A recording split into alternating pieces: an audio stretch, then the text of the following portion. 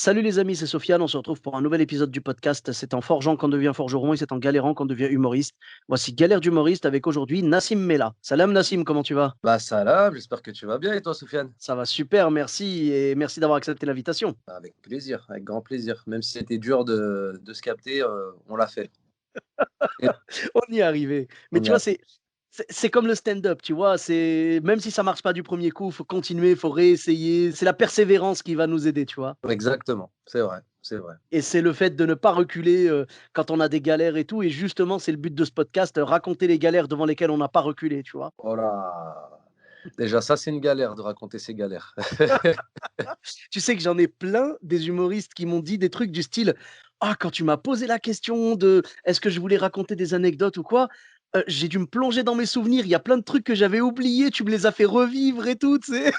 Ouais, ouais, bah, c'est vrai que, il y a des, après tout dépend de plus ou moins quand tu as commencé ta carrière, mais c'est vrai que tu as tendance à plus facilement te souvenir des galères d'il y a 1 an, 2 ans, plutôt qu'il y a celles de 5 ans, par exemple. Mmh. Même si celles d'il y a longtemps sont les plus intéressantes et les plus croustillantes, je pense. Ouais, c'est clair. Mais on dirait que le cerveau, en fait, se met en mode un peu survie, tu vois? Donc il oublie un peu, il efface, histoire de faire de la place et d'éviter, les traumas trop douloureux, quoi. Ouais, c'est ça. Ah, c'est vrai qu'après, on peut vivre des petits traumatismes, hein, sur scène, mine de rien. Les gens pensent que tout est beau, tout est rose, mais ouais, il y a des moments qui peuvent être durs, hein. Très dur, ouais, c'est clair. Toi, ça fait combien de temps que tu en fais de l'humour? Bah, écoute, ça fait 6 ans maintenant et je bide toujours. Non, je rigole. Non, non, non, ça va, ça se passe bien, mais ça fait 6 ans que j'en fais, ouais et ouais, il y a eu quelques galères quand même. Sur scène et en dehors de la scène, de toute façon, mais c'est toujours en lien avec le stand-up, de toute façon, donc Mmh.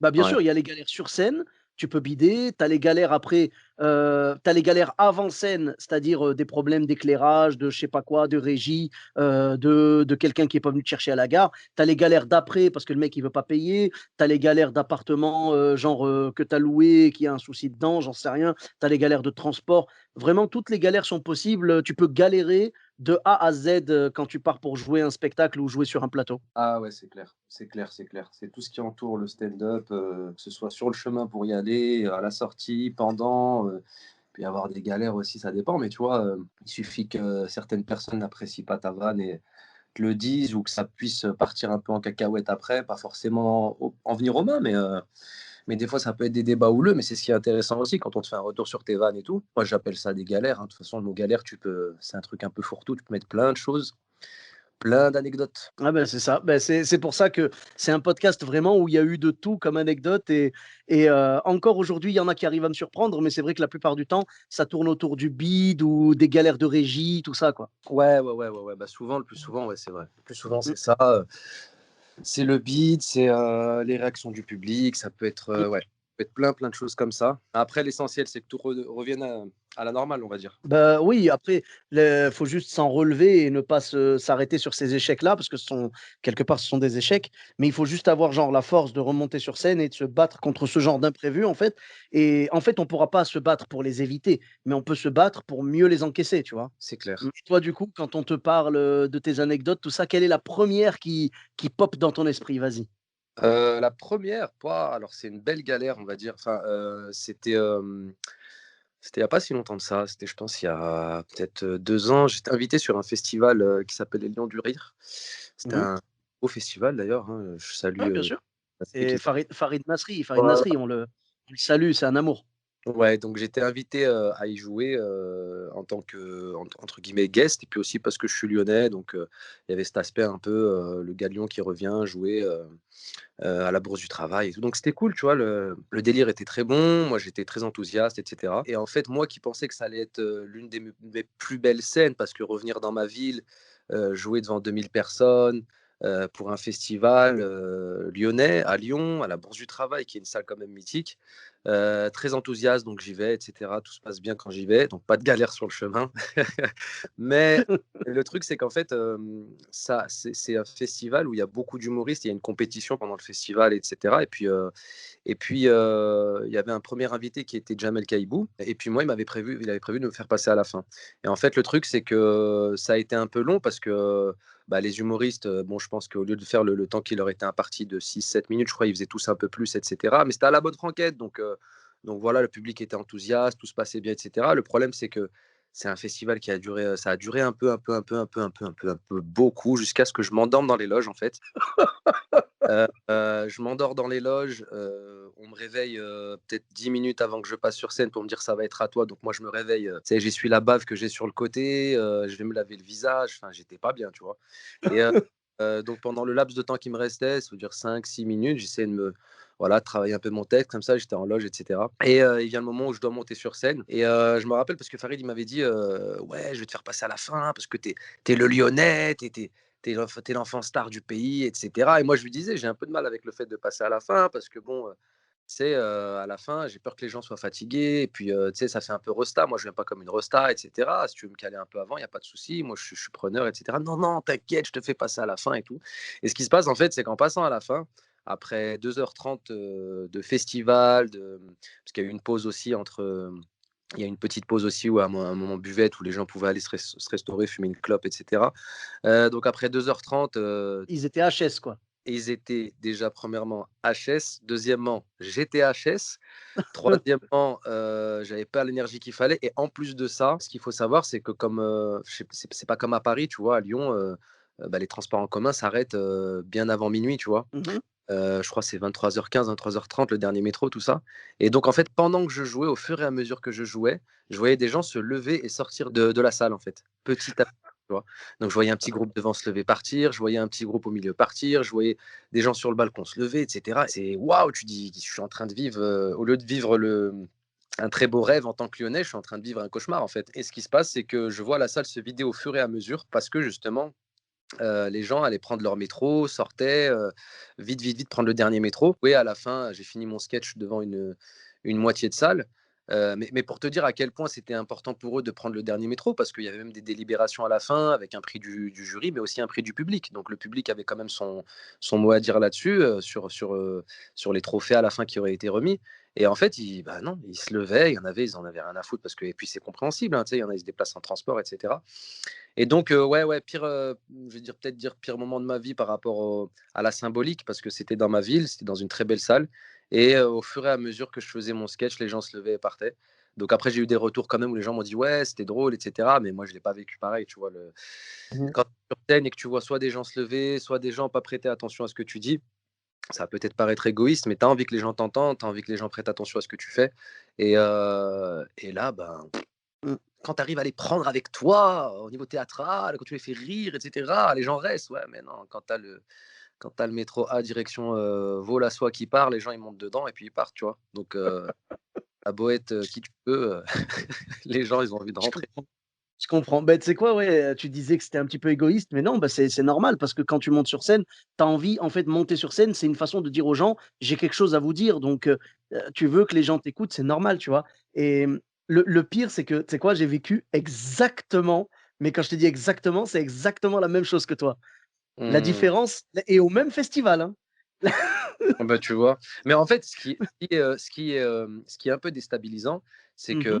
alors je sais pas pour ta part comment ça s'est passé, mais moi quand je monte sur scène, j'ai pas cette notion du temps de me dire, voilà le festival a duré plus de 2h30, les derniers métros sont là, enfin et cetera. Moi quand je monte sur scène, je monte sur scène, tu sais? On me dit: «Vas-y, c'est à toi», j'essuie ma bave, je suis en backstage, je répète mes 2 trucs, boum, la musique elle part, c'est à moi, tu vois? Donc je pars du principe que je vais juste monter sur scène, faire rire. Donc quand tu es sur scène et que tu vois les gens se lever, tu dis: «Je suis en train de dire des conneries, ça leur plaît pas, le choix du sketch est mauvais et tu te remets en question pendant que tu joues, en fait. C'est des fractions de secondes, mais tu te parles à toi-même, tu vois? Et je me rappelle même avoir, switché parce qu'au niveau du texte, j'avais commencé par un premier texte et puis j'ai switché, je suis passé à un autre texte que je fais d'habitude un peu plus sûr en me disant: «Peut-être que c'est le texte que je suis en train de faire, donc vas-y switch» et cetera et puis j'ai switché même en faisant le texte sûr derrière, et c'est bien parce que c'est arrivé à un moment de ma carrière où justement, je vais pas dire tu penses que tout est acquis, mais où voilà, tu roules un peu ta bosse. Moi, je jouais souvent sur Paris, ça se passait bien, et cetera. Et tu arrives à Lyon et comme quoi, bah, même quand tu arrives en terrain conquis, ben, comme on dit en Auvergne, le mektoub fait que ça se passe pas forcément comme tu l'as prévu. Donc c'est pas forcément des gens qui vont pas rire à ta vanne ou autre, c'est juste des gens qui veulent prendre leur métro et sur ce coup-là, ben, ça m'a mis une Mmh mh. petite décharge électrique et puis ça a permis de me remettre quand même en question malgré tout. Après, j'ai compris que c'était, tu sais, comme on dit: «C'est pas forcément de ta faute» et cetera, machin, ouais, le métro et cetera. Mais ça m'a permis de me remettre en question et aussi, de me dire: «Ben, voilà, la prochaine fois, tu t'endors pas, la prochaine fois, tu négocies mieux et tu te dis: «Bah, non, je passe dans les premiers», et cetera, et cetera, et cetera, et cetera. Donc ça, quoi qu'il arrive, tu tires une leçon. Donc comme je te dis, même si je pars du principe que dans cette histoire, bah, bon, j'étais pas en tort, et cetera, mais tu tires quand même une leçon de tout ça, tu vois? Donc c'est très bien. Ouais, mais de toute façon, la remise en question, même si là, en l'occurrence, c'était plutôt un problème de transport, la remise en question, elle fait jamais de mal, donc c'est très bien et puis, c'est mature de ta part de tirer des leçons, de ce genre d'échecs parce que de toute façon, il faut tirer des leçons de nos échecs Mmh mh. et là, en l'occurrence, tu as essayé quand même, je veux dire, tu as pas été, égoïste. Moi, je trouve que tu as pas été égoïste dans le sens où tu t'es dit: «Je vais adapter mon texte un petit peu, si ça passe pas, je vais tenter de faire un truc un peu plus sûr». Tu as fait un effort là-dessus et je veux dire, tu as joué le jeu. Tu as su après coup que c'était à cause des transports et voilà, mais je comprends totalement ce que tu as ressenti et moi, c'était un petit peu différent. Enfin, si tu veux, j'ai vécu la même chose techniquement que toi, mais c'était un petit peu différent la mise en place. C'est-à-dire que moi, je suis pas lyonnais, moi, je suis de Clermont-Ferrand à la base, mais j'habite à Bordeaux et du coup, je suis venu depuis Bordeaux et Farid a eu la gentillesse et vraiment je le remercierai jamais assez de m'accepter alors qu'à ce moment-là, il prenait maintenant il prend toute la France. Mais à l'époque, il prenait que les Lyonnais. Et il m'avait dit, normalement, je prends que des Lyonnais et tout, mais il m'avait dit, je t'ai trouvé tellement motivé que, allez, je t'accepte aussi. Mmh. Voilà. Ouais, Donc vraiment adorable, tu vois. Et ouais. je lui ai dit, ok, franchement, bah, je te remercie. Je dis, mais vraiment, mets-moi aux mêmes conditions que les autres. Te prends pas la tête avec le transport ou l'hébergement ou quoi, c'est mon problème. J'assume le fait de ne pas être lyonnais, donc c'est à moi de prendre en charge tout ça. Et il me dit, ok, pas de souci. J'arrive là-bas et il me fait, «Ben, du coup, je t'ai pris une chambre à l'Ibis Budget» et je fais: «Waouh, Mskin», tu vois? Et gentil, gentil comme tout. Je dis: Ouais. «Ouais, franchement, c'est un amour et tout», tu vois? Je dis: «OK, d'accord» et donc j'arrive là-bas et à la base, on était 18 à passer. Je pense que c'est de là le petit bémol, c'est parce qu'il est tellement généreux ce mec-là, Mmh, mmh mh. tellement généreux que Mskin, il veut faire jouer tout le monde, tu vois? Il peut pas dire non aux gens, il arrive pas à dire non, Mskin, il est trop Ouais, bien sûr, bien sûr, bien voilà. sûr. Ouais, ouais. Donc ce qui s'est passé, c'est qu'à la base, moi, j'avais de la chance. À la base, j'étais 6e et à ce moment-là, il m'appelle. Je viens d'arriver à Lyon, je suis à côté de, alors j'étais à côté de Lappardieu Ouais. et il m'appelle comme ça et il me fait, «Ouais, Sofiane, écoute, est-ce que ça te dérange pas finalement, j'ai un petit problème. Il y a Élodie Arnoux qui va venir du théâtre, en fait et elle doit passer 16e sur 18». Mmh. Il me dit en gros, elle va arriver et tu sais ce que c'est, quand tu arrives d'un spectacle, tu es encore chaud. Si jamais on laisse refroidir, après, elle pourra jamais, enfin, elle va galérer quoi pour remonter le truc. Donc Mmh. vraiment, est-ce que ça te dérange pas de lui laisser ta place? Et en temps normal, en temps normal, tu vois, j'aurais dit franchement, je te cache pas, ça m'embête un peu, tu vois, parce que Ouais. je sais ce qui m'attend. Je sais ce qui m'attend, tu vois? Même sans parler de métro ou quoi, je sais que les gens, ils sont beaucoup moins chauds, à partir du 15e passage, tu vois? Même du 10e des fois Ouais, ouais. et mais tu vois, je me suis rappelé, je me suis dit: «Premièrement, le mec, il t'a accepté alors qu'à la base, il prenait que des Lyonnais et Mmh mh. deuxièmement, il t'a pris une chambre d'hôtel alors que tu lui avais dit de pas faire le moindre frais». J'ai dit: «Tu sais quoi? J'accepte, il y a pas de souci». Donc Élodie, ça m'a permis d'ailleurs de faire la connaissance d'Élodie, je la connaissais que de nom et c'est un amour aussi. D'ailleurs, elle était dans le podcast également et franchement, c'est une des meilleures rencontres que j'ai faites dans le monde artistique, tu vois? Et elle était super reconnaissante et tout: «Ah merci Sofiane, merci, tu me sauves, machin». Je dis: «T'inquiète pas» et en effet, j'étais dans le public quand elle est passée, tu vois? J'en ai profité, moi j'ai maté le spectacle au début. Tant qu'à faire, tu passes 16e, autant mater le spectacle. Donc je me Ouais. suis posé à la Bourse du Travail, pareil, 2000 personnes et tout. J'ai réussi à trouver un petit coin. Elle venait d'arriver et le timing était parfait parce qu'elle est montée genre, on va dire, 5-10 minutes après son arrivée. Elle était encore chaude du spectacle. Elle est montée, elle a tout déchiré et j'avoue que quand j'ai vu son énergie sur scène, tu vois, c'est une pile électrique, tu la connais bien, tu as joué pas mal avec elle. Mmh mh. Tu vois, je me suis dit, si jamais on l'avait laissé refroidir jusqu'à la 16e place, elle aurait pas pu remonter comme ça. Ouais, non, c'était pas possible. Donc Ouais. franchement, je regrettais pas du tout. En plus, c'était quelqu'un de sympa. Si j'étais tombé sur quelqu'un de vraiment mauvais, j'aurais dit, ah, enfin mauvais, je veux dire mauvais dans le sens humain, j'aurais dit franchement, je regrette de lui avoir laissé ma place. Mais là, pas du tout. Franchement, c'était un amour et il y a pas de souci. Et de toute façon, je l'avais fait pour Farid à la base, mais ça m'a confirmé que c'était le bon choix. Et donc, Ouais. la soirée continue. Et je vois au début, la salle, elle était pleine, hein, 2000 personnes, hein. Et je vois que petit à petit, les gens s'en vont. Genre à partir je sais pas, peut-être du 12e passage ou du 13e passage, ça commence à partir. Mais à partir vraiment groupe par groupe, hein, tu vois. Et au final, je monte 16e sur 18. Je monte et là, il y avait franchement, j'ai même pris une photo tellement c'était incroyable. Il y avait genre des trous partout. C'était une salle covid avant le covid. Tu vois ce que je veux dire? Ouais. Ah, je te promets, vraiment, il y avait des trous partout et encore même avec le covid, je crois que tu peux mettre plus de monde. Les gens étaient partis et quand j'ai dit: «Mais pourquoi? Ils sont si fatigués que ça?» et on m'a répondu: «Non, il y a le dernier métro». Donc j'ai vécu exactement la même chose que toi. Dieu merci, ceux qui sont restés, ils étaient quand même réactifs. Ils étaient un peu fatigués, mais ils étaient réactifs. Donc ça s'est quand même bien passé et j'ai passé un super moment, mais j'étais vraiment frustré de ne pas avoir pu jouer devant la salle complète et tout, c'était voilà. Ça va, au moins, tu as eu le réflexe de pas dormir, pour attendre. Ouais. Ouais, toi, c'est vrai que ta sieste, elle t'a pas permis de prendre la mesure de ce qui s'était passé. Toi, ouais, tu pas senti le temps passer, l'heure qui tournait et tout, Bien sûr. Et mais puis même ah, erreur, comme on dit, «faute professionnelle» entre guillemets, dans le sens où, bah, j'aurais peut-être pas dû, me dire: «Ah, vas-y, j'ai du temps, je vais dormir un peu, c'est le combienième? Ouais, c'est le troisième qui passe. Ouais, tranquille, je vais me reposer» et cetera. Bon, la logique voudrait que voilà, si, tu restes pro, tu restes réveillé jusqu'à la fin et puis tu dors après. Mais voilà, tu sais, si tu veux, c'est comme ça et puis, ah, c'est ce qui fait aussi la bonne réputation des festivals de Farid, c'est que c'est généreux, en termes de timing, de temps, d'humoristes, tout mmh. ça. Donc, Farid, ton festival, étale-le sur 4 jours, frère, d'accord? Comme ça, comme ça, tout le monde a le temps de passer, et voilà. Non, mais en tout cas, c'est un beau festival et puis d'ailleurs l'anecdote, bah, tiens, pour l'anecdote, Mmh.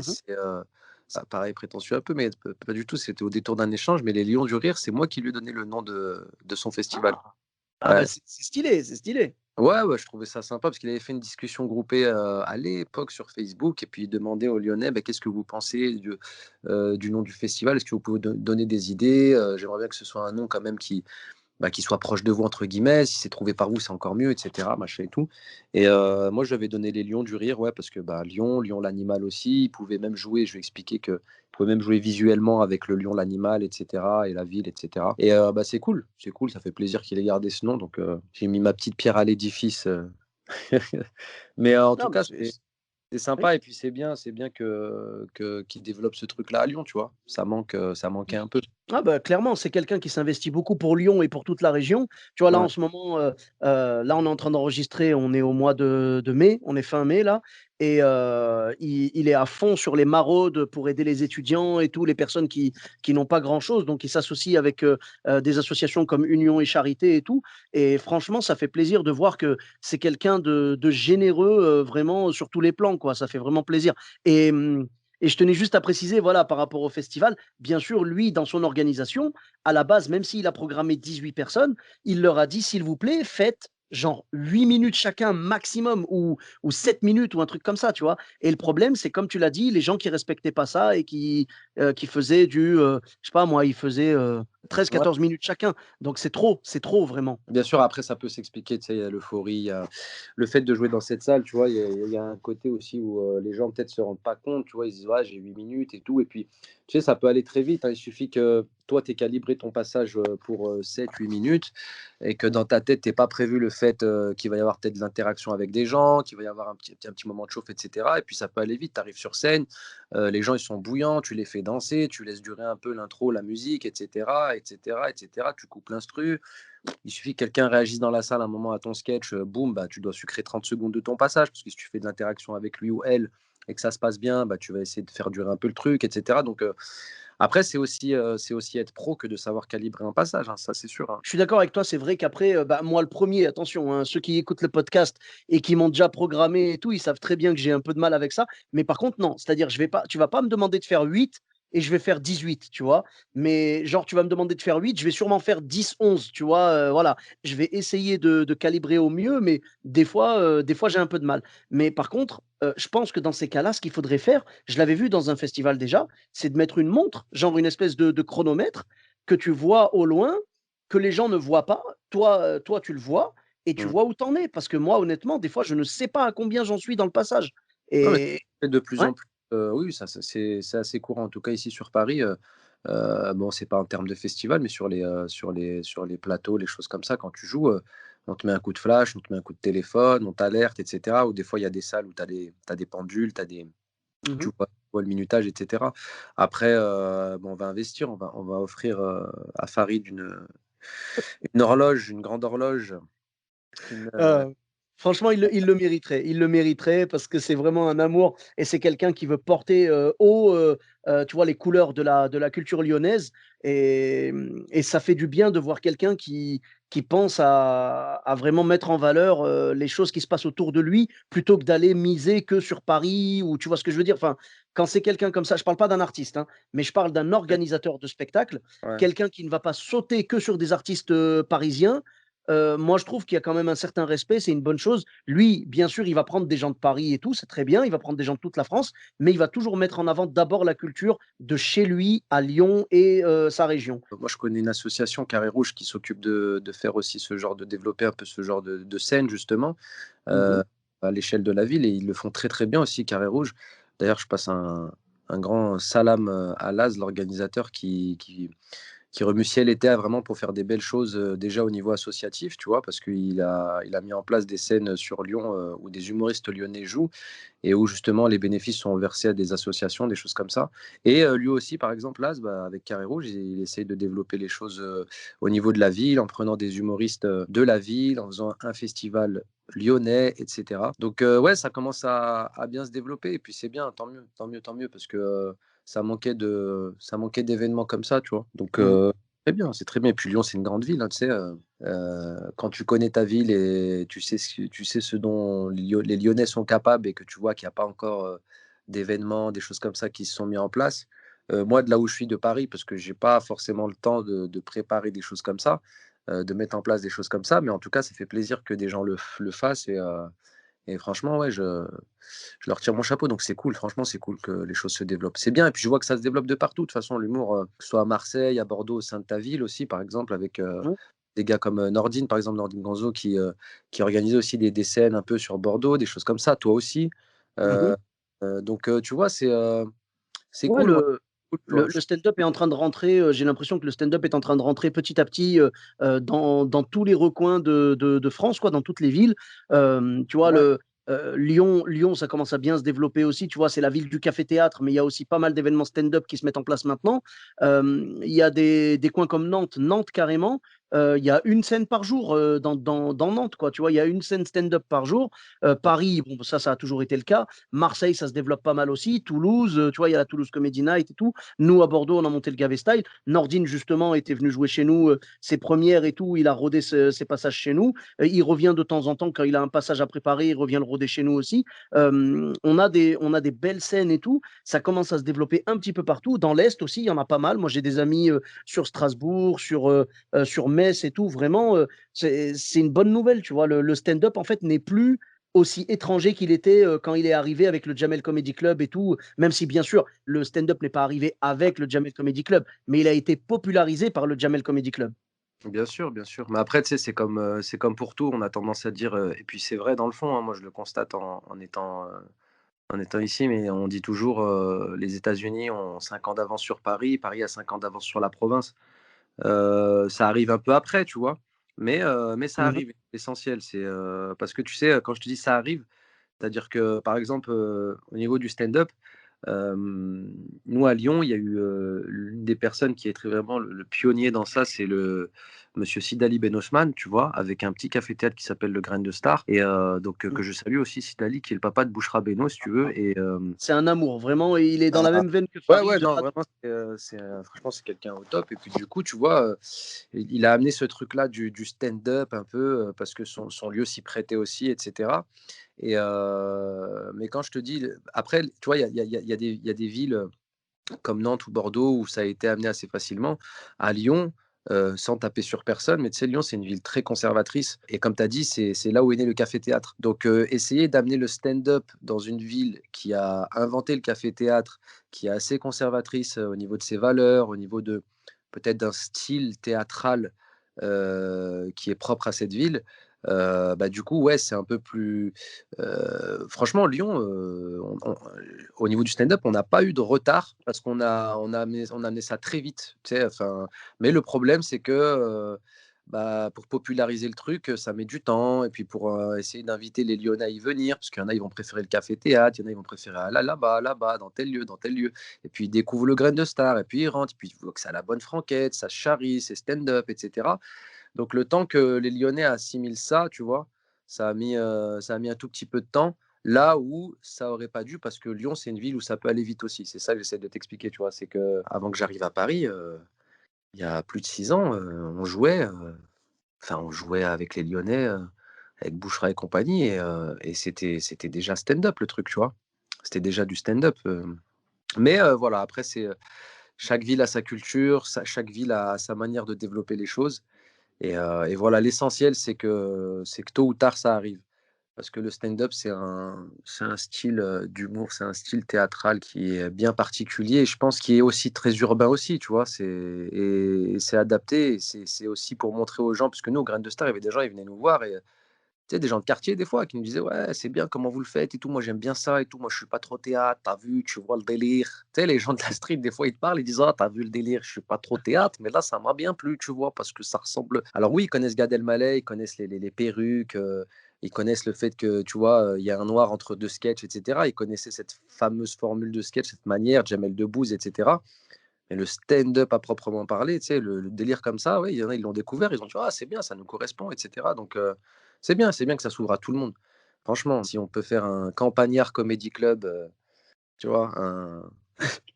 Ça pourrait être bien, ça pourrait être bien vraiment. Ah mais totalement, bien sûr, il y a des endroits comme ça, où on penserait pas du tout qu'il y ait du stand-up et puis il y en a, hein. Moi, j'ai découvert des trucs des fois, j'ai Bien joué un sûr, peu partout en France bien et sûr. c'est vrai que j'ai découvert des coins, vraiment, bah, ils ont accroché un peu au concept du stand-up. Des fois, ils en avaient pas du tout entendu parler. Tu sais, en fait, en 2019, j'ai fait une date par département avec mon spectacle, donc j'ai fait les départements de 1 à 95. J'ai fait toute la France, tu vois, sauf la Corse et je suis passé dans des endroits où ils connaissaient pas du tout le stand-up mais ils l'ont accueilli à bras ouverts, hein, franchement.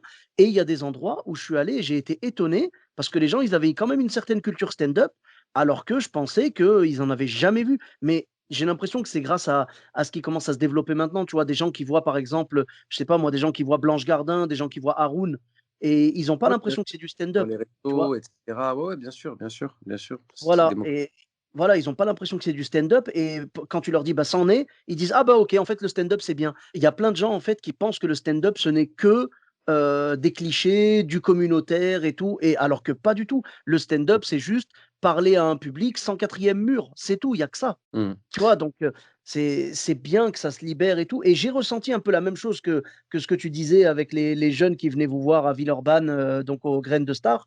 J'ai ressenti la même chose, moi, quand j'ai découvert le Jamel Comedy Club en 2006.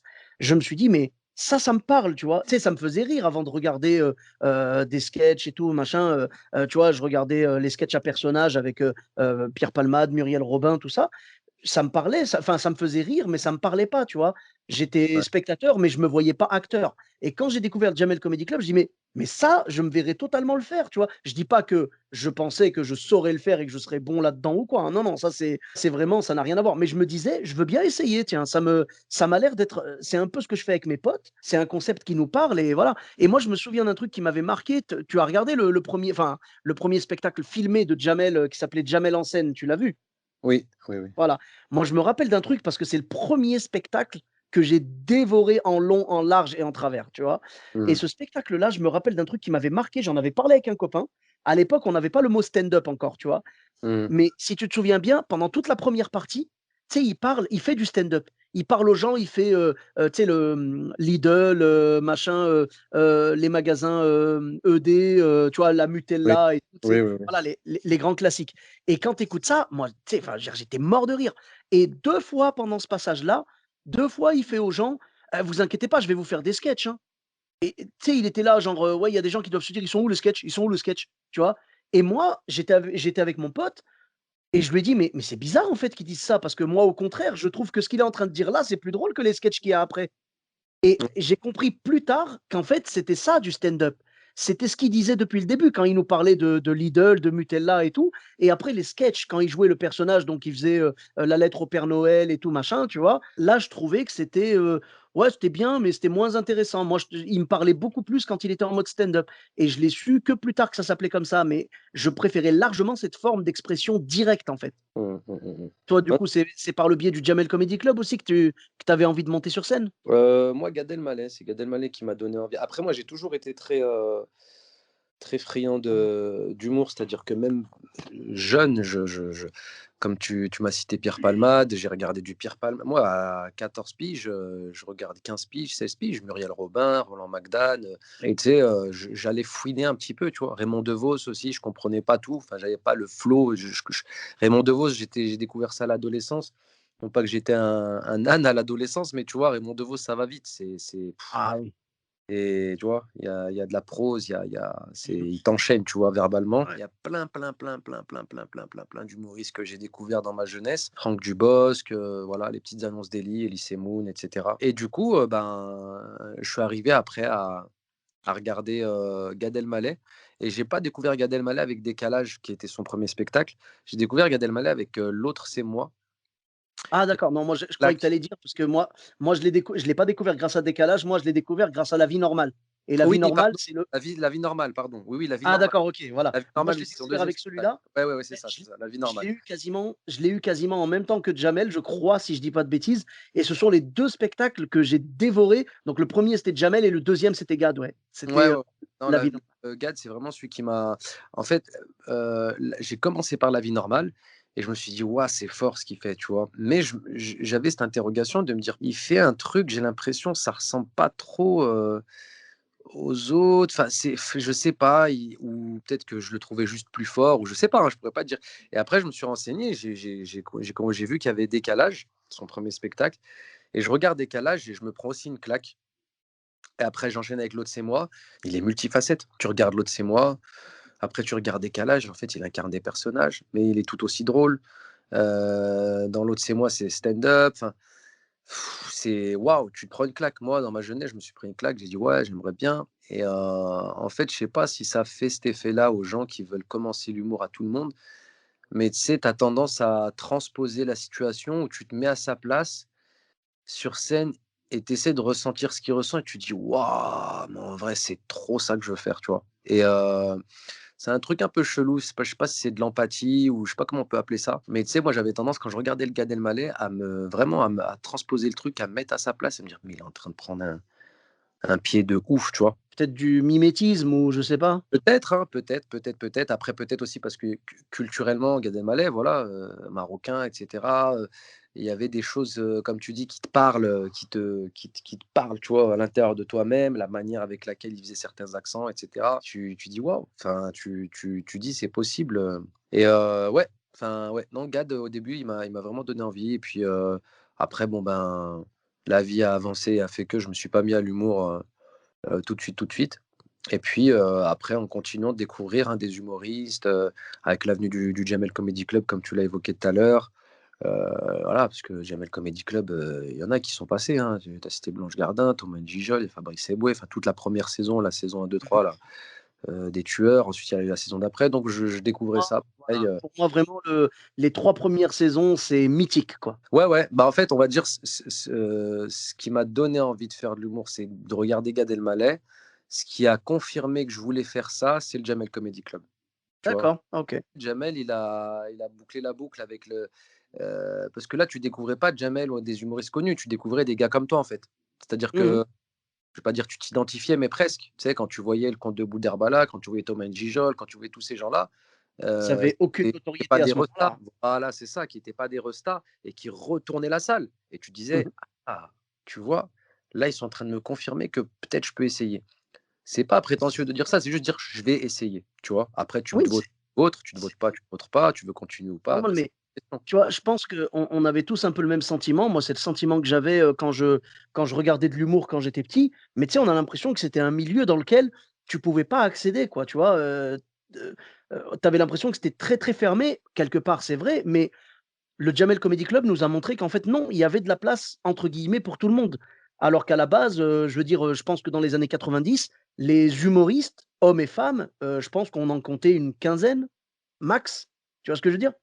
Ouais, ouais. Non, mais c'est après c'est comme pour beaucoup de choses, tu vois? Moi, en tout cas, moi personnellement, j'ai je me suis dit: «C'est un milieu peut-être fermé ou difficilement accessible» parce que, heu, à mon époque en tout cas, bon je te dis ça comme si j'avais 58 ans, mais quand j'étais jeune et que je regardais ces choses-là, bah, j'étais à Lyon, ben, il y avait pas de comédie club, le stand-up n'était pas encore développé, je savais pas à quelle porte taper pour, faire, une scène ou pas, enfin je sais, tu es là, tu es livré à toi-même, tu dis: «Bon, bah, c'est mort» et puis en plus tu sais que toi dans ton inconscient tu dis: «Bon, bah, ça se passe à Paris, toutes ces choses-là». Donc tu dis: Mmh. «C'est mort en vrai», tu vois? C'est enfin, alors que maintenant, tu vois, ça rebondit un peu sur ce qu'on disait tout à l'heure.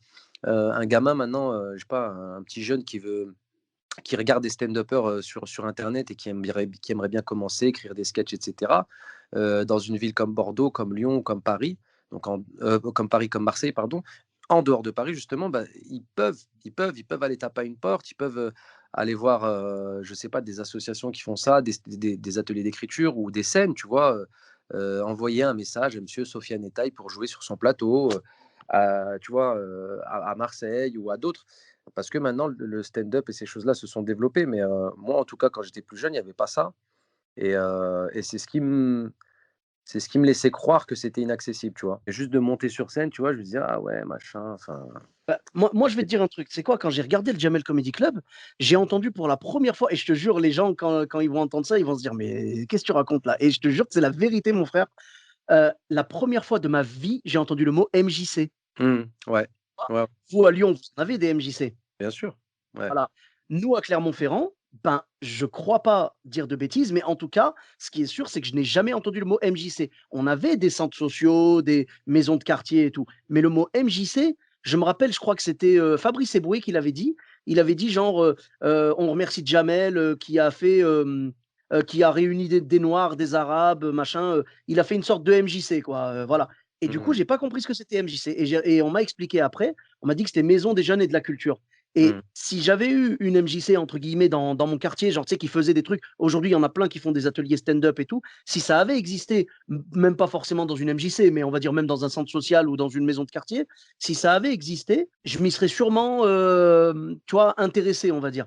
Mais Mmh. à l'époque, comme toi, pareil, j'avais pas de perspective. Moi, je me disais, voilà, pareil, c'est des gens qui viennent, tu vois, c'est beaucoup de pistons, tu vois, pour pouvoir accéder, pas piston pour être sur scène, mais piston pour avoir des infos sur, tu vois, c'est du «copinage» entre guillemets, genre, bah, voilà, je vais te faire monter sur ma scène et tout machin. Moi, je pensais que c'était ça, mais tu sais, c'est le monde, quand tu es pas du tout sur scène, tu imagines plein de choses. Il y a peut-être des gens qui imaginent que toi et moi aujourd'hui, c'est que du piston, tu vois? C'est nous aussi, on joue peut-être Je te qu'avec du piston.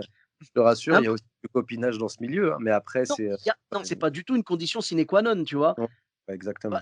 je Mmh. veux dire, voilà, moi à l'époque, ce qui a fait que je suis monté sur scène, c'est que j'ai discuté avec un ami, comédien qui m'a dit, tu sais, on parle je sais pas comment on en est arrivé à parler de stand-up et je lui ai dit: «Franchement, j'ai quelques idées, j'aimerais bien monter sur scène, mais j'ai pas de quoi. Je j'ai rien, il y a pas d'endroit pour le faire» et il m'a dit: «Bah, écoute, dans un mois, j'organise une scène, dans une chicha. Si tu es chaud, viens» et il m'a mis un peu au défi comme Quoi ça, tu vois? quoi de mieux pour commencer qu'une chicha pour un jeune lancé dans l'humour? Quel baptême! Quelle Eh beh circonstance humoristique!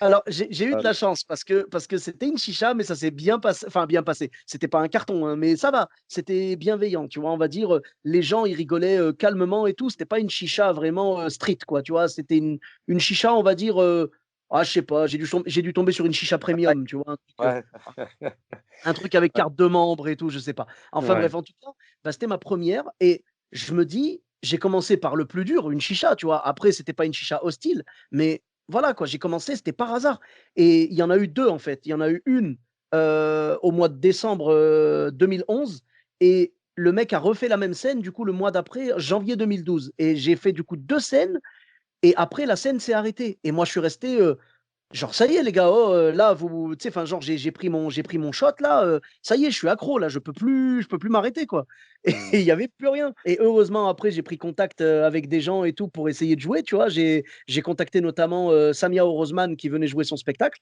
et donc elle est venue à Bordeaux et j'ai découvert grâce à elle qu'il y avait un café-théâtre à côté de Bordeaux. Bon, maintenant, il a fermé, mais à l'époque, ça m'a permis d'aller là-bas faire mes premières scènes. Je faisais des premières parties, j'ai rencontré tous mes potes avec qui on a monté aujourd'hui le Gavé Style, tu vois?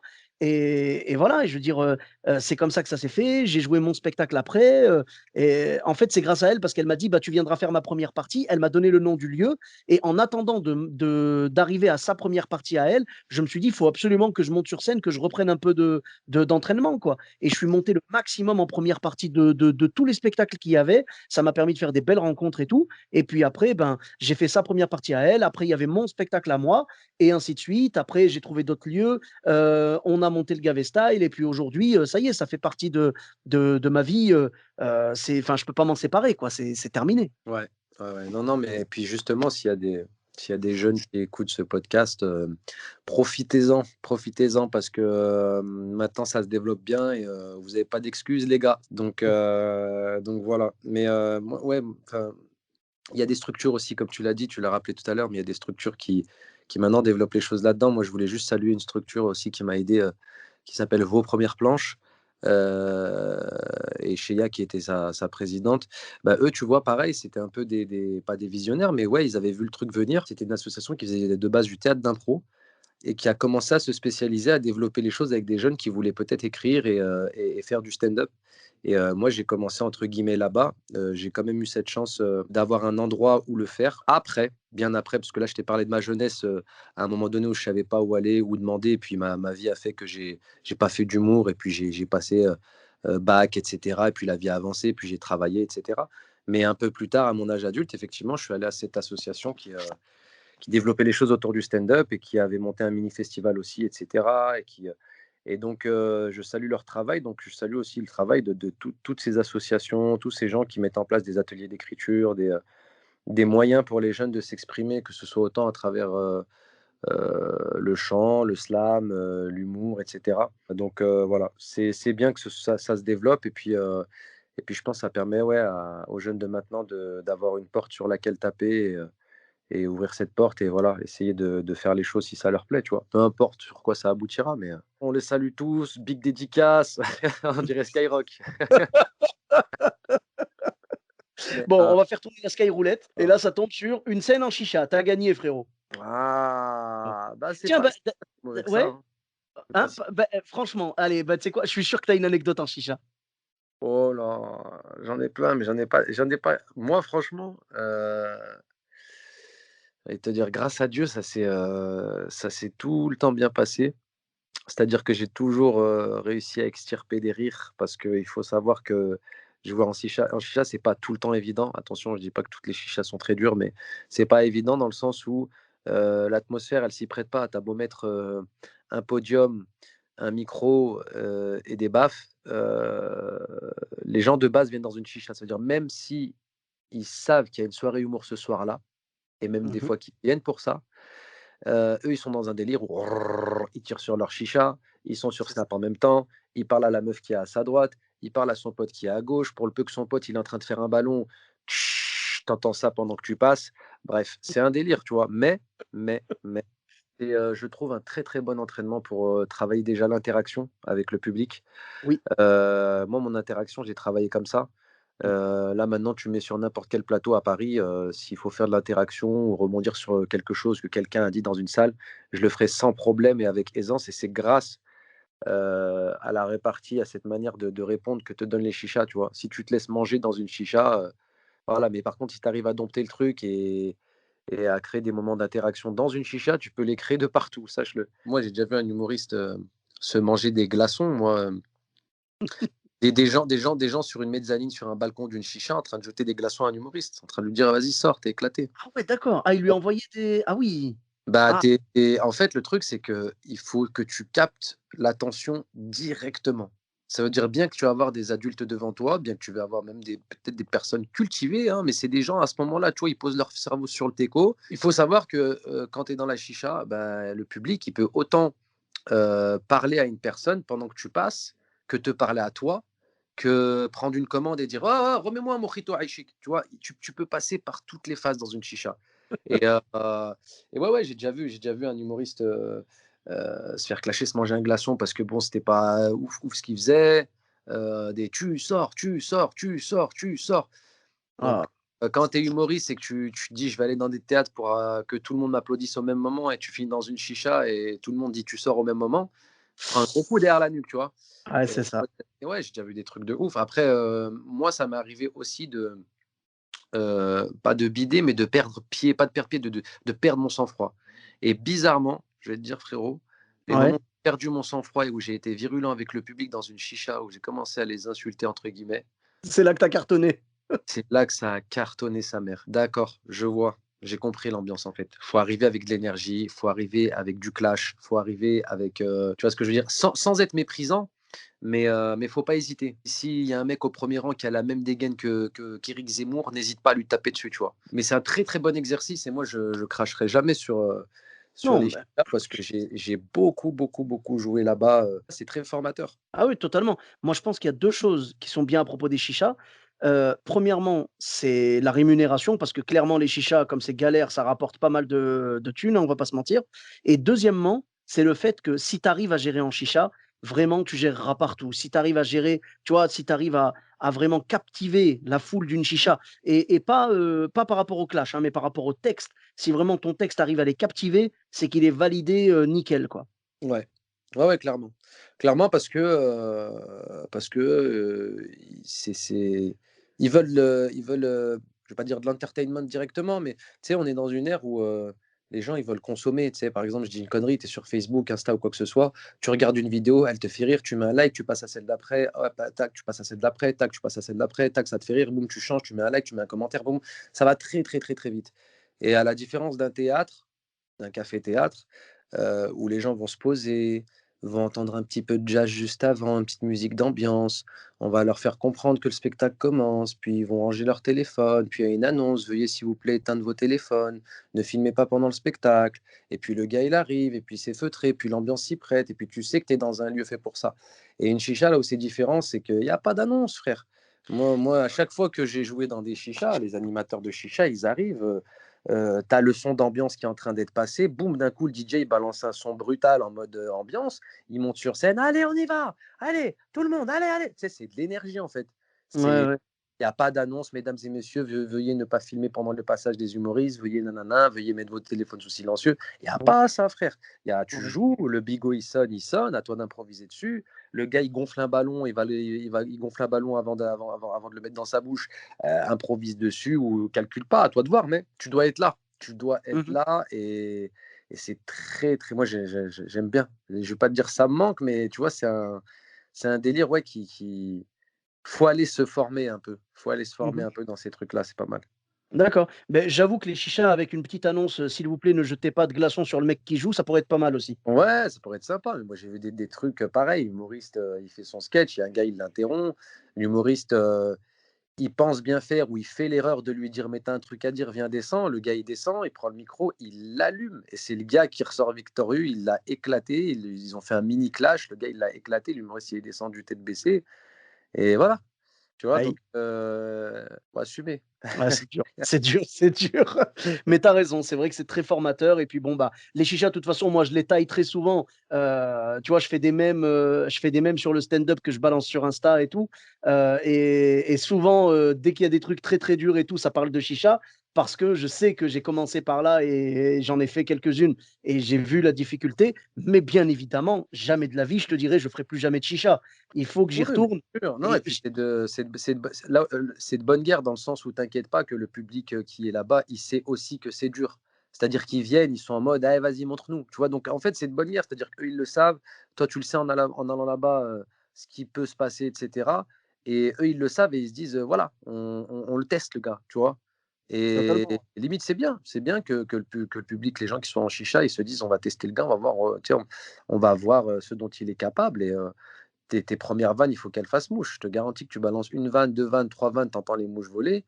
La quatrième, tu vas entendre quelqu'un qui va dire: «Oh, tu sors» ou «Oh, Ça. éclaté, sors» ou des fois, moi, je te dis, j'ai ça me rappelle une anecdote où il y a un humoriste, on est en chicha et bien entendu, on donne pas de blase de chicha, on donne pas de blase d'humoriste, mais il y a un humoriste qui est en chicha, je suis là, je dois jouer après lui et il fait ses premières vannes, ça marche pas du tout c'est le DJ qui est présent dans la soirée, qui passe les sons, qui envoie un extrait du morceau de VG Dream. Il prend juste le passage de Toi d'ici et il Oui. finit sa vanne et t'entends allez, casse-toi Oui, d'ici. oui, oui, c'est chaud quand même. Bah, après, quand le DJ te clash comme ça, malheureusement, c'est facile. Tu vois, ça me rappelle une anecdote que m'avait raconté Elias Ouedguiri. Il a eu la même chose. Et franchement, voilà, je trouve que c'est pas cool. Mais en même temps, c'est de bonne guerre. Même lui, il m'avait dit, tu vois, je lui avais dit que le DJ avait pas été cool. Et il m'a dit, non, non, non, t'inquiète pas. Il me dit, je suis parti, on s'est checké et tout. C'était de bonne guerre, quoi. Voilà. Mais je trouve que c'est pas facile parce que quand t'es DJ, tu vois, genre t'es dans ta cabine et tout, machin, tu vois que le mec il galère, toi tu galérerais peut-être pire, peut-être t'aurais même pas été jusqu'à l'endroit où il a été ce mec-là, tu vois, ou cette meuf-là.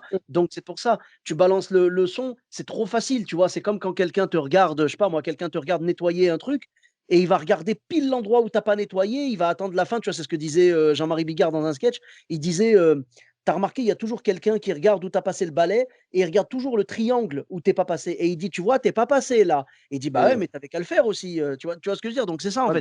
bien C'est genre, c'est facile de critiquer, mais voilà, après, mais bon, c'est le jeu. En même temps, si tu vas en chicha, si tu vas dans un endroit où tu vois que le DJ, il balance des vannes et tout comme ça, voilà, bon, bah, j'avoue, après, j'ouvre ma gueule, mais si j'avais été DJ et que j'avais un bouton avec le morceau qui dit casse-toi, je pense que j'aurais été tenté plein de fois de l'envoyer, je pense. On va pas se mentir. En tout cas, bah, merci beaucoup, Roya, pour ces belles anecdotes et ces belles réflexions sur l'humour. Où est-ce qu'on peut te retrouver sur les réseaux sociaux? Bah, écoute, principalement sur Instagram, Nassim Mela. Voilà, Nassim Mela, Nassim, ça s'écrit comme Maxime, mais en bougnoul, donc N-A-2-S-I-M et OK.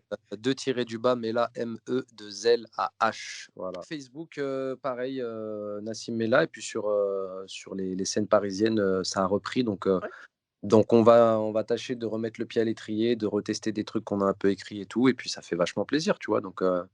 Ah Donc bah, oui, oui, c'est voilà. sûr. Sur Paris, Parfait. pour ceux qui sont sur Paris en tout cas. D'accord. Tu as une chaîne YouTube aussi, Twitter peut-être? Ouais, pareil, Nassim Mela sur YouTube. Twitter, non, je suis pas trop Twitter. Je suis pas trop D'accord, OK. Eh beh, pas de souci. Écoute, je mettrai un lien vers, Facebook, Instagram et YouTube. Il y a pas de ah, problème. Twitter, merci, merci à Alors, toi. merci à toi, Roya. Et puis, pour ma part, vous me retrouvez sur tous les réseaux sociaux. Sofiane Etaï, E de TAI, sur Facebook, Twitter, YouTube, Instagram et TikTok. N'hésitez pas à laisser 5 étoiles et un commentaire sur Apple Podcast et sur Podcast Addict. Je vous dis à très bientôt pour un nouvel épisode. Bis à tous, même à toi là-bas.